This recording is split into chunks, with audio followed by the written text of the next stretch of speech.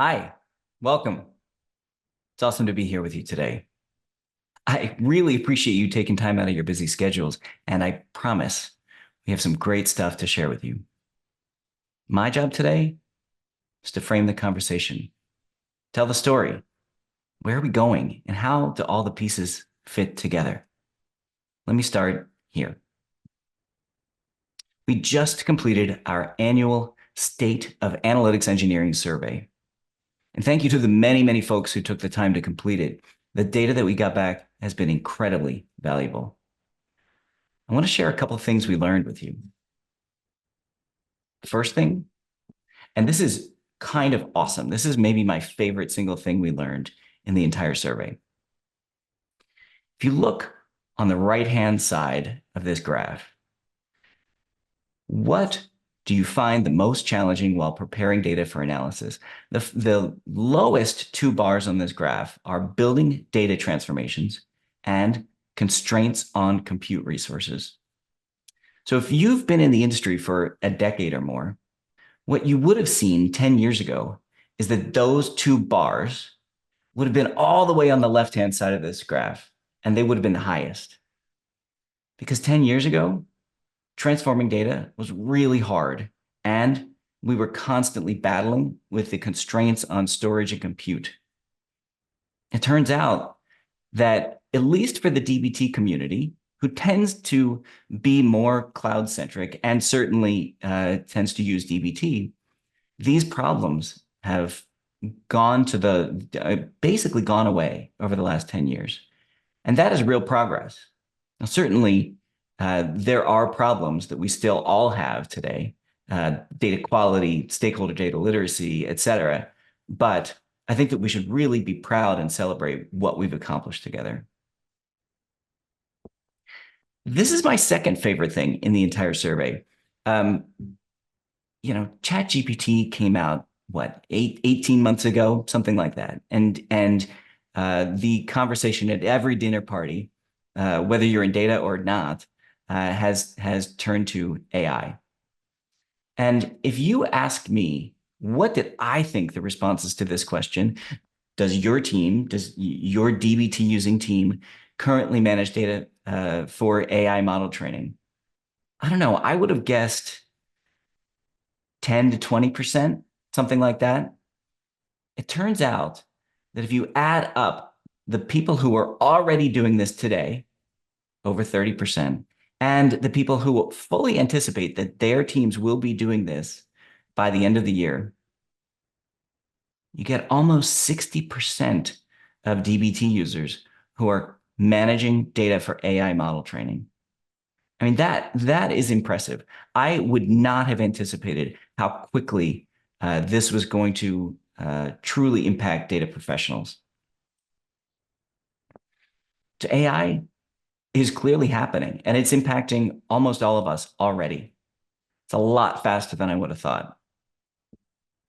And again, for those of us working in data over the past decade, we have seen some pretty dramatic changes. We've moved to the cloud, we've transitioned to ELT, we've checked out a bunch of legacy tools and workflows, and we've started applying software engineering best practices to our day-to-day work. And while this cloud transition is still playing out, AI is going to be the big next change in our lives as data professionals. The changes we'll see over the coming years will be just as dramatic as those we've seen play out over the past decade. We also asked our survey respondents how they anticipated AI would impact their work. And we suggested a bunch of potential categories: writing code, testing, debugging, monitoring and alerting, data analysis, facilitating self-service, and documentation. What I see in the responses we got is a broad consensus that AI will impact our work, but an admission that we don't know exactly how yet. If you ask me my personal belief, I think that AI is going to improve how data professionals work across every single one of these dimensions. But not only is AI going to power your new workflow, The data that you and your teams produce is going to power downstream AI experiences and apps.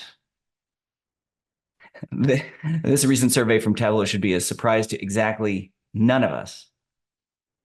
The data you feed into a model is garbage. Your results are also garbage. Shocker.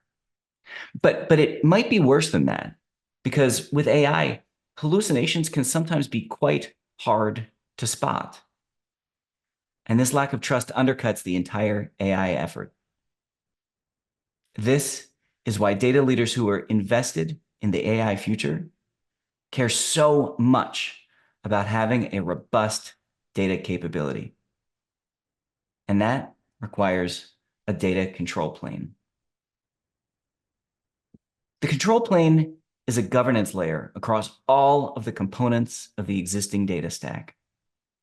It helps with things like orchestration, data cataloging, data quality, metrics definitions, lineage, and cost monitoring.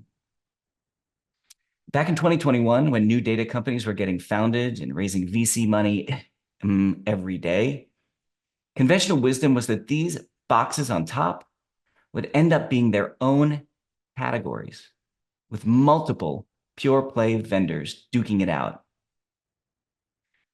The assumption was that every one of you would assemble a stack with a dozen or more data products in it.